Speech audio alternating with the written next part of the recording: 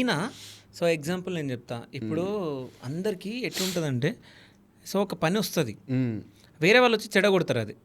వాడికి ఎందుకు, వాడు రాదు, సరే మనోడు ఉన్నాడు మనోడిని పెట్టుకో, వాడెందుకు సంథింగ్. అంటే ఇది సింగింగ్లోనే కాదు, యాంకరింగ్లో అవ్వచ్చు, యాక్టింగ్లో అవ్వచ్చు, ఇట్లా మొత్తం రిఫర్ ఎక్కువైపోయింది.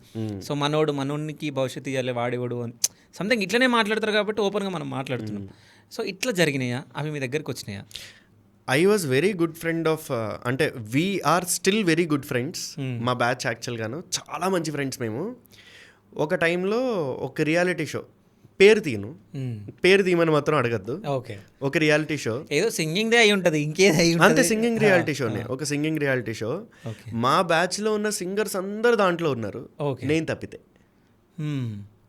నాకు తర్వాత వచ్చిన వాళ్ళు ఉన్నారు, నా ముందు వచ్చిన వాళ్ళు ఉన్నారు, మా బ్యాచ్ వాళ్ళు అందరూ ఉన్నారు. మా బ్యాచ్ వాళ్ళే మెయిన్ దాంట్లో చేశారు. నన్ను ఎందుకు తీసుకోలేదు నాకు తెలియదు. అది పెద్ద పోస్ట్ కూడా పెట్టాను నేను అప్పట్లో ఫేస్బుక్లో. ఓకే, ఎందుకు అయి ఉంటుంది మరి? తొక్కాడు. ఇంతకుముందు ఏం చెప్పారు, తొక్కారంటే అదే ఆలోచించుకుంటున్నా. తొక్కేయడమా లేకపోతే నా అవసరం లేదనుకోవడమా నాకు తెలీదు. నాకు తొక్కేయడం అనిపించింది, అక్కడ వాళ్ళకి ఏమనిపించింది తెలీదు, నాకు అది తొక్కేయడం అనిపించింది అంతే. నేను అది పెద్ద ఫేస్బుక్ కూడా పోస్ట్ పెట్టాను నేను దాని గురించి యాక్చువల్గా. తర్వాత డిలీట్ చేస్తాను అనుకోండి. ఇప్పుడు వీఆర్ ప్రెజర్ వచ్చింది కదా అప్పుడు? లేదు, ప్రెషర్ లాంటిది డిలీట్ చేసేమని ప్రెషర్ అలాంటివి ఏమీ లేవు. నేను ఇప్పటికీ కూడా ఆ ప్రెషర్ గురించి ఆలోచించను.